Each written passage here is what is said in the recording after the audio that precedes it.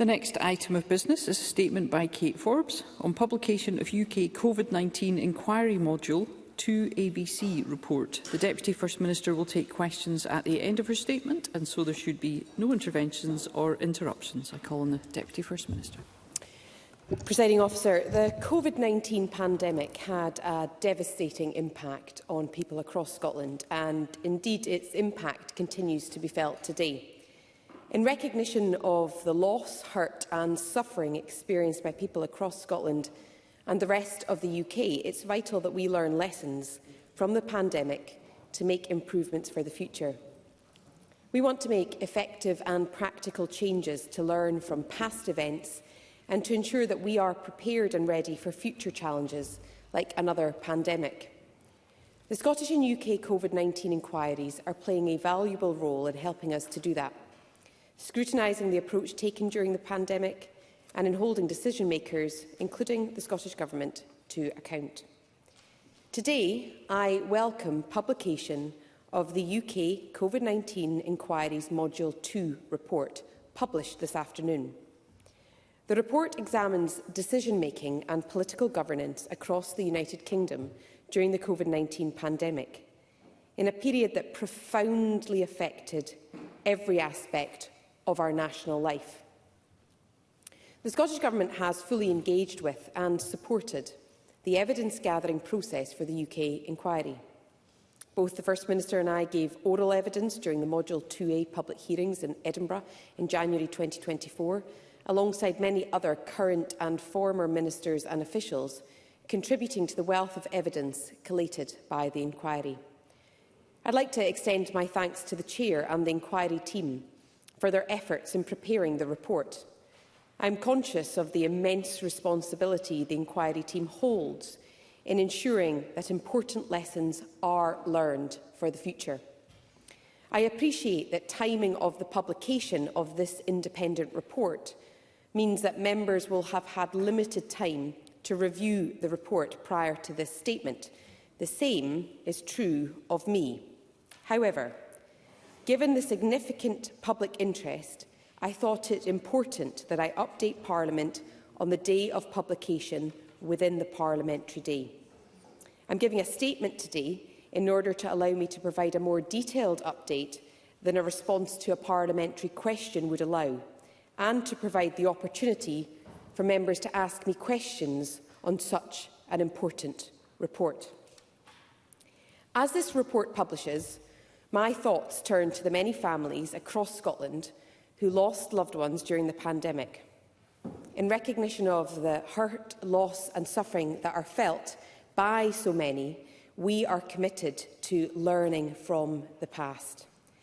I enormously appreciate the contributions of all the individuals and organisations who have shared their experiences with the inquiry, often revisiting traumatic events and profoundly challenging periods of their lives. Their contribution has been vital in helping to tell the story of the pandemic and in allowing the inquiries to play their role in scrutinising the decisions taken. During the pandemic, the Scottish Government's foremost priority was to protect the public from the novel Covid-19 virus. We had to learn and adapt rapidly, implementing unprecedented measures to limit transmission and safeguard our most vulnerable communities. With the benefit of hindsight, we acknowledge that some choices made in good faith at the time and under immense pressures may not have always been the right ones. As Parliament will be aware, in July 2024, the UK inquiry published its first report, which looked at resilience and preparedness.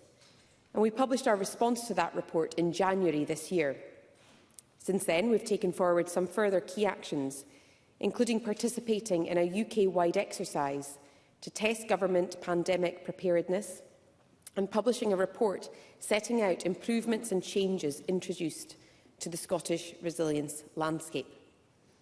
Following publication of the Module 1 report, there was collective discussion on the recommendations across the 4 nations ahead of us publishing a response.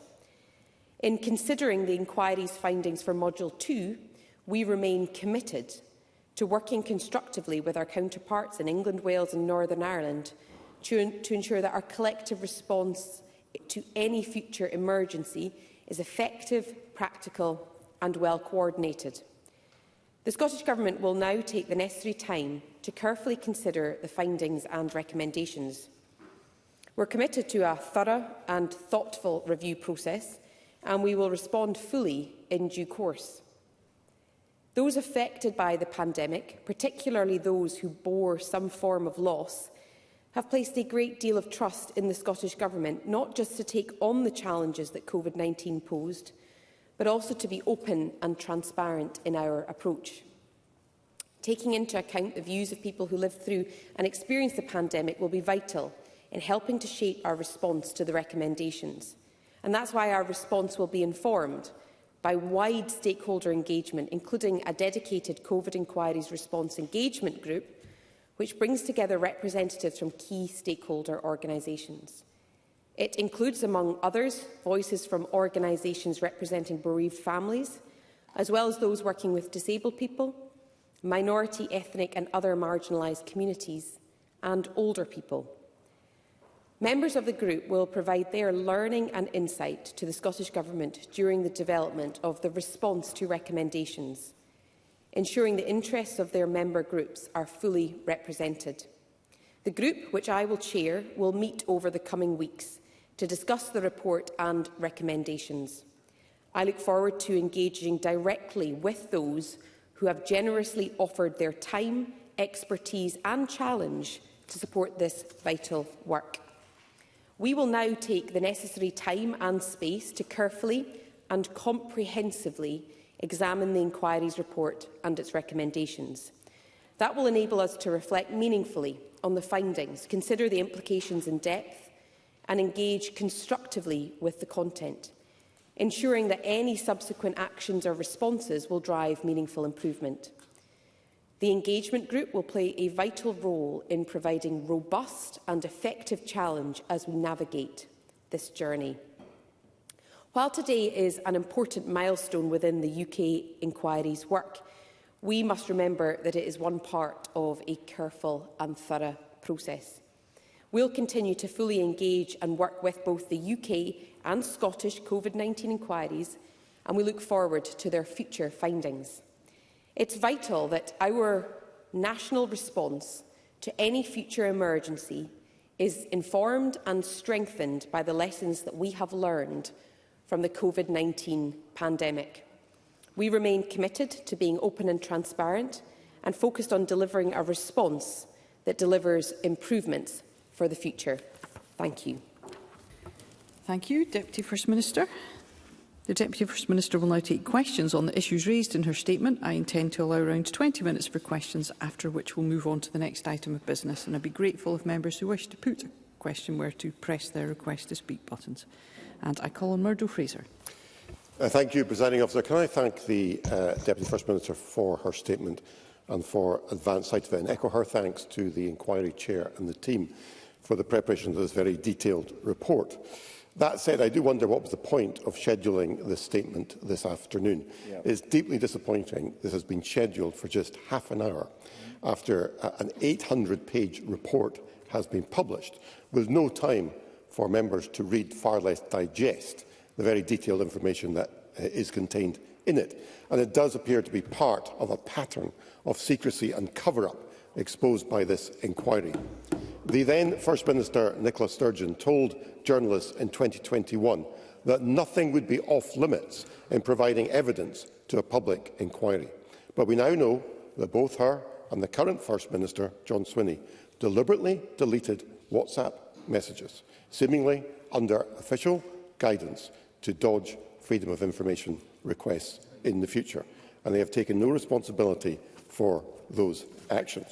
Moreover, Presiding Officer, no minutes were kept of the Gold Command meetings between ministers and senior advisers.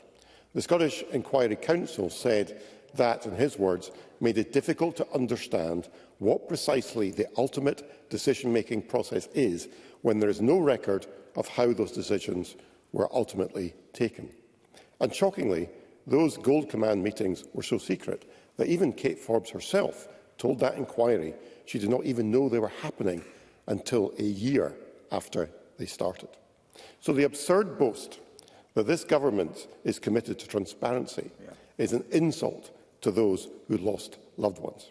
Out of respect to them and all Scots, will the government now commit to scheduling, after a suitable time has passed to allow this report to be digested, a full debate in this Parliament in government time so we can properly discuss what's in this report? Deputy First Minister.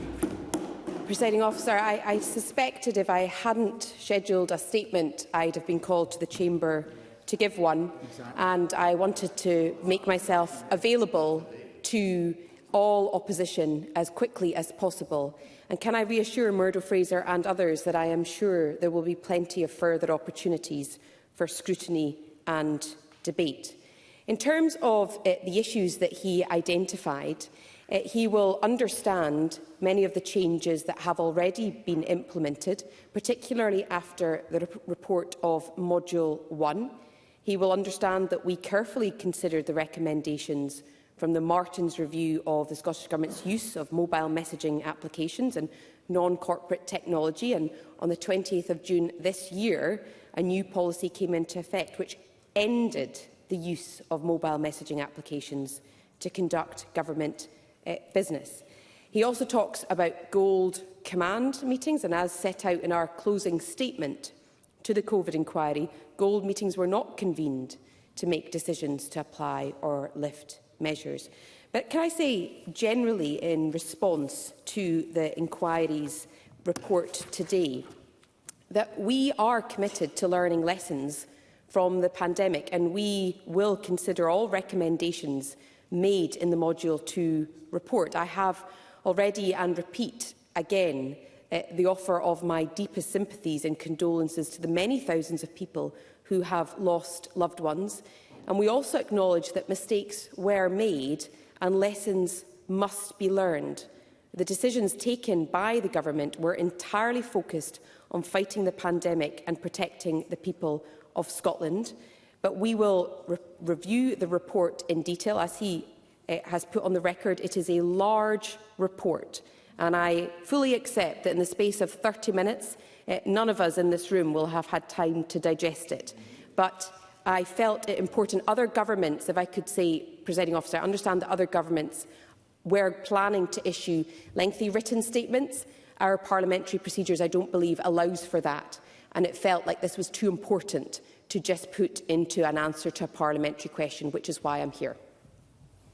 Jackie Baillie. Presiding Officer, I'd like to thank the Deputy First Minister for her statement, but I regret to say that it tells us precisely nothing. It is disappointing that John Swinney is not responding, given that he was central to decision-making. The statement, in my view, is a masterclass in spin because it fails to address the substance of any recommendations and simply talks about process. I am reminded of the tale of the Emperor's new clothes. We know that the Scottish Government were not prepared and failed to take action quickly enough. We know that hospitals were emptied of older people who were sent to care homes untested when they were COVID positive, which led to a devastating 4,000 deaths. We know that the impact on vulnerable and disadvantaged groups was simply not considered, and we know that John Swinney downgraded the results of working-class kids based on their postcode. But what we know today is that most of the Cabinet were sidelined. They weren't included in decision-making, there were no minutes taken, and there was wholesale deletion of WhatsApp messages by Nicola Sturgeon and John Swinney. Presiding Officer, families who lost loved ones deserve answers, and I would therefore ask the Deputy First Minister to have the grace to apologise for the errors made by her government and tell us when we will have the formal response to the COVID inquiry's recommendations. Deputy First Minister. Well, in response to Jackie Baillie's questions, can I put on record again that we do acknowledge this afternoon, as we have acknowledged in the past, that mistakes were made and that lessons must be learned. As I said, our decisions were entirely focused on fighting the pandemic. It was an unprecedented systemic threat to global health, to healthcare systems, to economic activity and wider society. She talks about the things that she says that she knows, I think everybody in Scotland has a similar list because they lived it. They understood the impact that it had on them individually.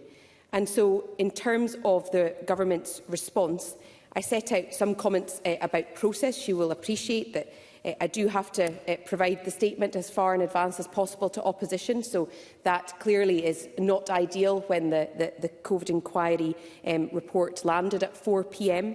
And so I can reassure her that I would be happy to give Parliament more information. We have committed to Baroness Hallett to respond in a timely manner.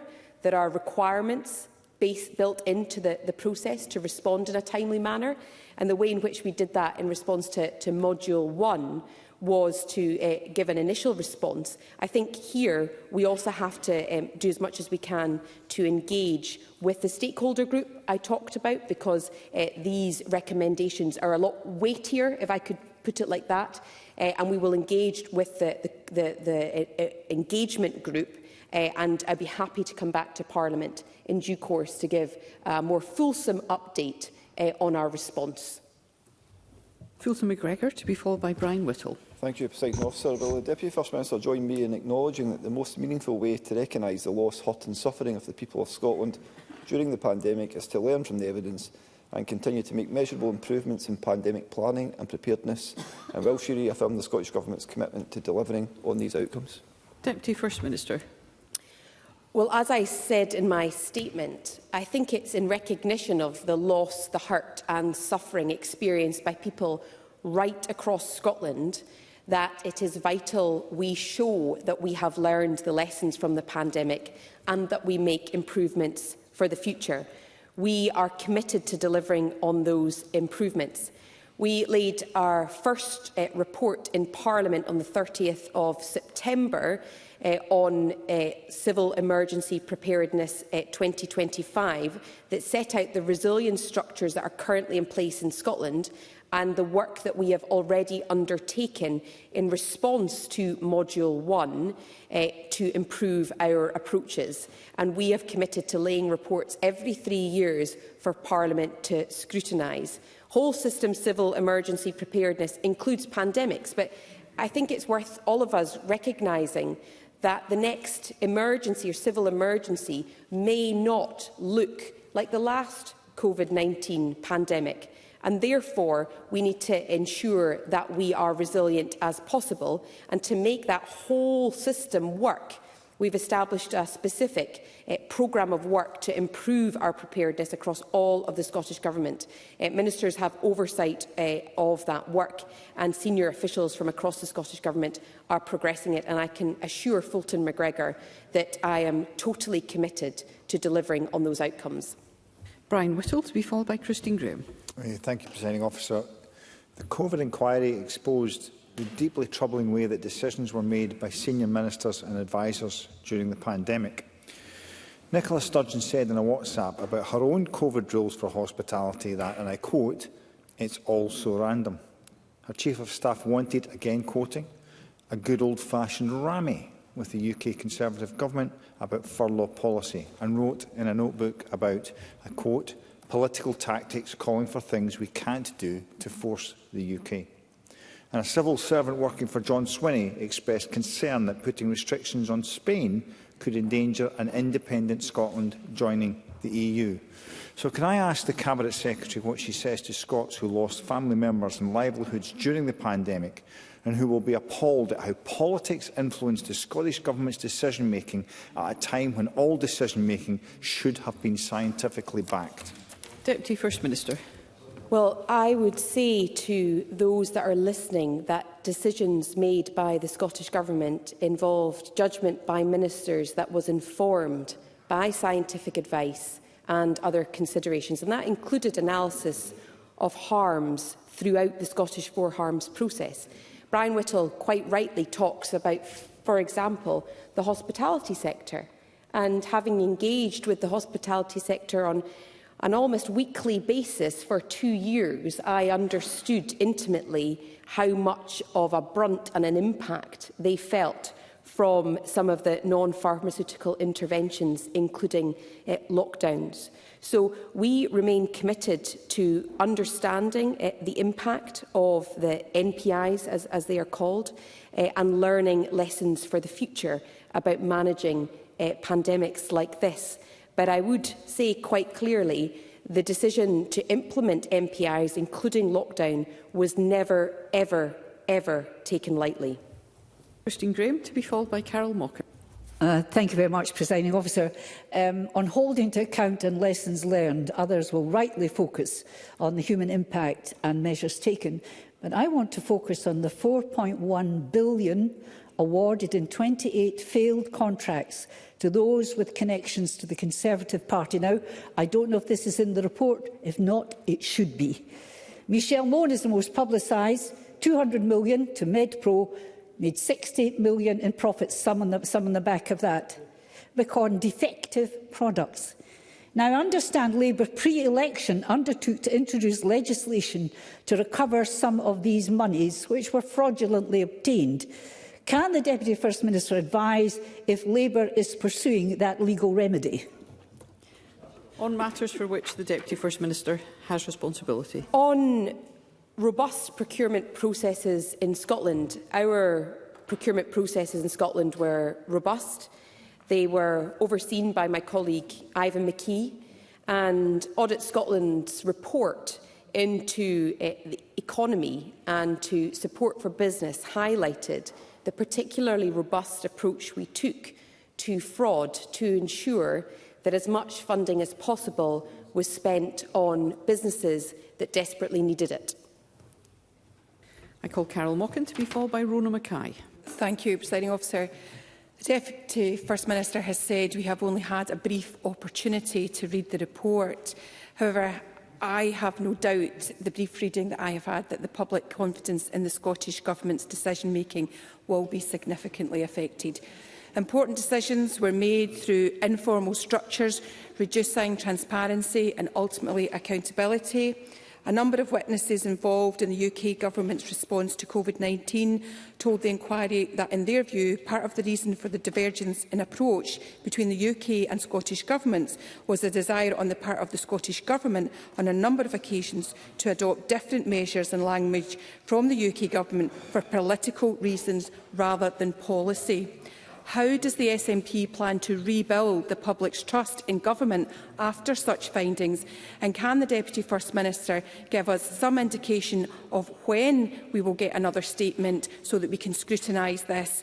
And does she accept this has to be well before the end of the parliamentary session? Deputy First Minister. Well, in terms of the first part of Carol Mochan's question, I can assure her that even during the rapidly evolving and intense circumstances of the pandemic, which we all remember, the Scottish Government sought to maintain its usual process of formal collective decision-making, and we were open and transparent and accountable in respect of the decisions made. I personally recall the number of statements I gave to this chamber, making myself open to scrutiny and debate, and our former First Minister Nicola Sturgeon gave updates to the public and made herself available to the press on a regular basis. The other part I would like to put on record is that cooperation between the Scottish Government and the UK Government during the pandemic was frequent and collaborative. There was wide-ranging collaboration and coordination on a range of issues, including testing, vaccine rollout and public health measures. I know that to be a fact, and I am very hopeful that that is recognised in the report. Rona Mackay, to be followed by Patrick Harvey. Thank you, Presiding Officer. It was clear throughout the Covid-19 pandemic that the cooperation between governments, stakeholders and organisations was vital to tackling the virus and keeping the country safe from harm. Can the Deputy First Minister therefore reaffirm the Scottish Government's unwavering commitment to working closely with local and national partners to make effective and practical improvements in pandemic planning and preparedness following the publication of the Module 2 ABC report? Deputy First Minister. Yes is the short answer, and Rona Mackay is right to recognise that for that whole system approach to work, we do need all parts of the public sector to be involved. I talked about Exercise Pegasus. That was the UK-wide pandemic preparedness exercise that took place, and learning identified from the public inquiries and from exercises like Pegasus are being captured and worked on within that programme of work to ensure we are as prepared as possible. Patrick Harvey, to be followed by Alex Cole-Hamilton. It's already been well remarked that the UK, all nations of the UK, were too reliant before the pandemic on assumptions that preparedness planning should be based on a flu pandemic. And in speaking to the new report today, the inquiry chair has said that all 4 governments in the early stages of this pandemic failed to appreciate the scale of the threat or the urgency of the response required, and relied in part on misleading assurances that the UK was properly prepared for a pandemic. So in taking forward the work that the Deputy First Minister has referred to about a broader approach to crisis planning and preparedness, does she recognise that we're in the early stages of that work? We are not today well prepared for the kind of crises that we may face?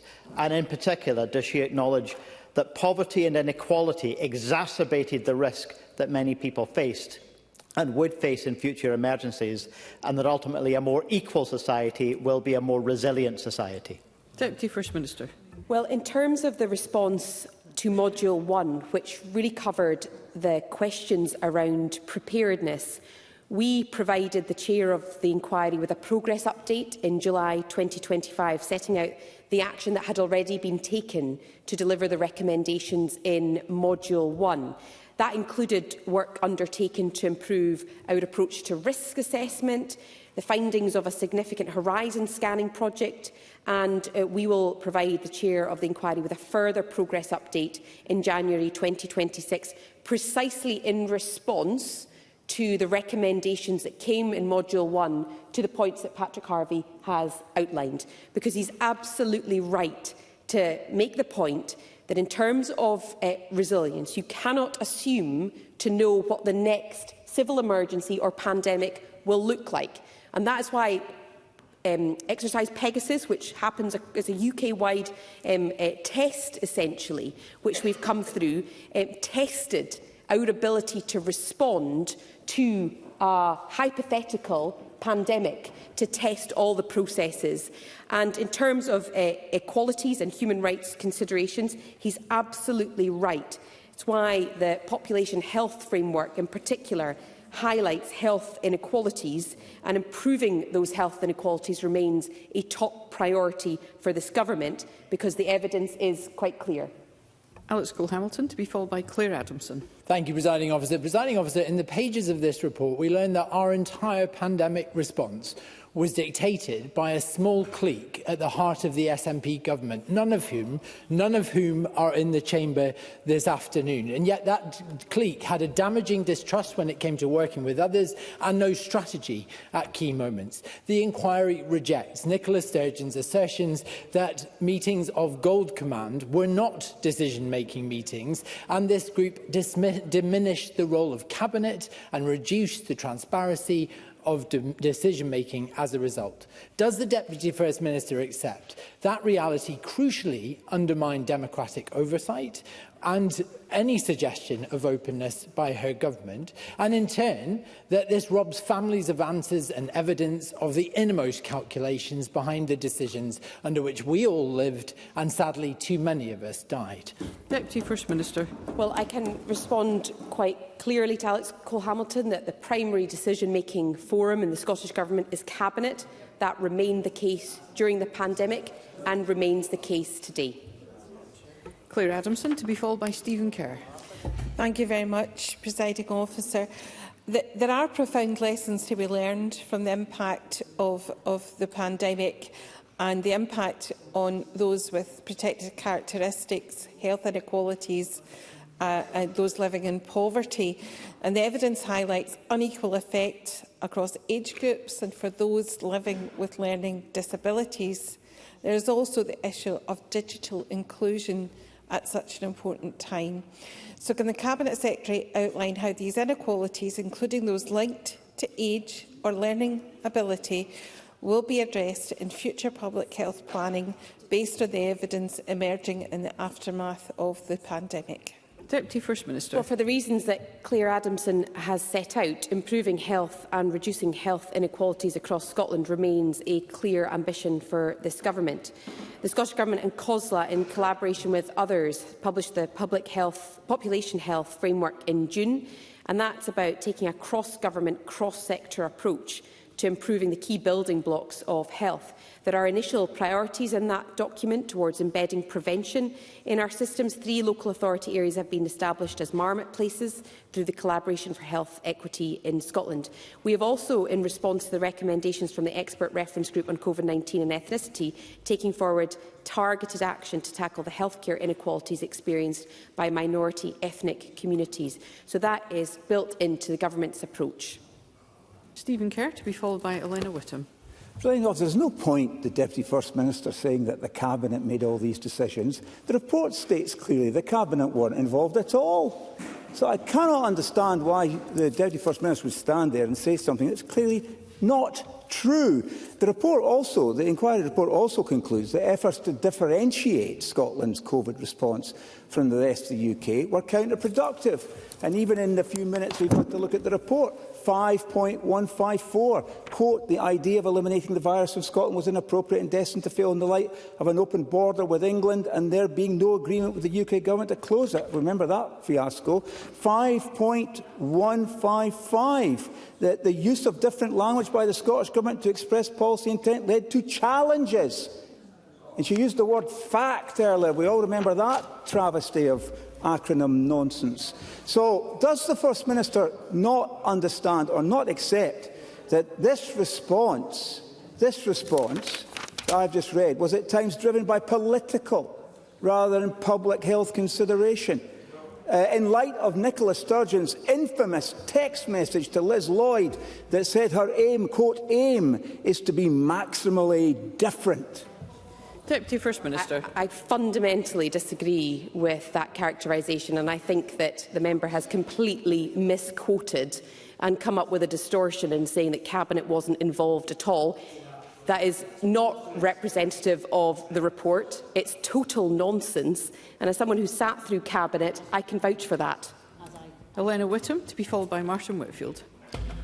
While some drank and danced in Downing Street, young people right across Scotland were some of the most affected throughout the COVID-19 pandemic.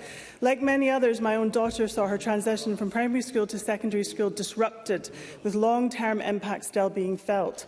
Can the Deputy First Minister speak to the importance of the views of young people throughout this inquiry and advise how the Scottish Government will use their experiences to inform its response to this Module 2 report and its findings, and how we prepare for such a threat again?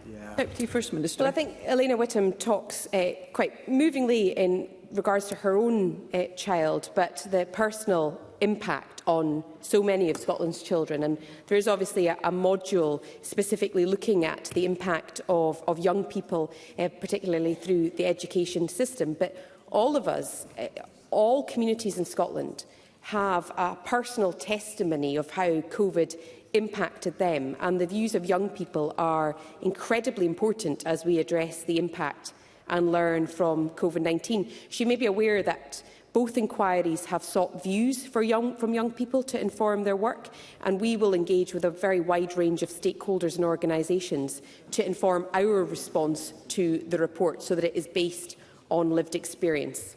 And Martin Whitfield. Very grateful, Presiding Officer. The Deputy First Minister has defended the Cabinet responsibility during this period, and I feel has gone far enough to say that she disagrees with the conclusions of the report. So can I ask her, when the report says that the decision to close schools in Scotland was taken by John Swinney and the First Minister alone, and that the Cabinet, quote, should not have been sidelined in this, does she agree with that? I can reassure the member happily that the only person I disagreed with was Stephen Kerr.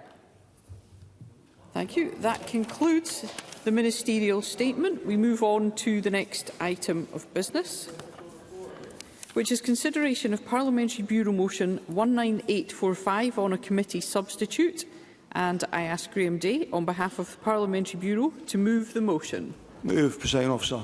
Thank you, Minister. The question on this motion will be put at decision time. There are 3 questions to be put as a result of today's business. And the first question is that motion 19802, in the name of Ivan McKee, on the Community Wealth Building Scotland Bill at stage 1, be agreed. Are we all agreed? Yes. The motion is therefore agreed.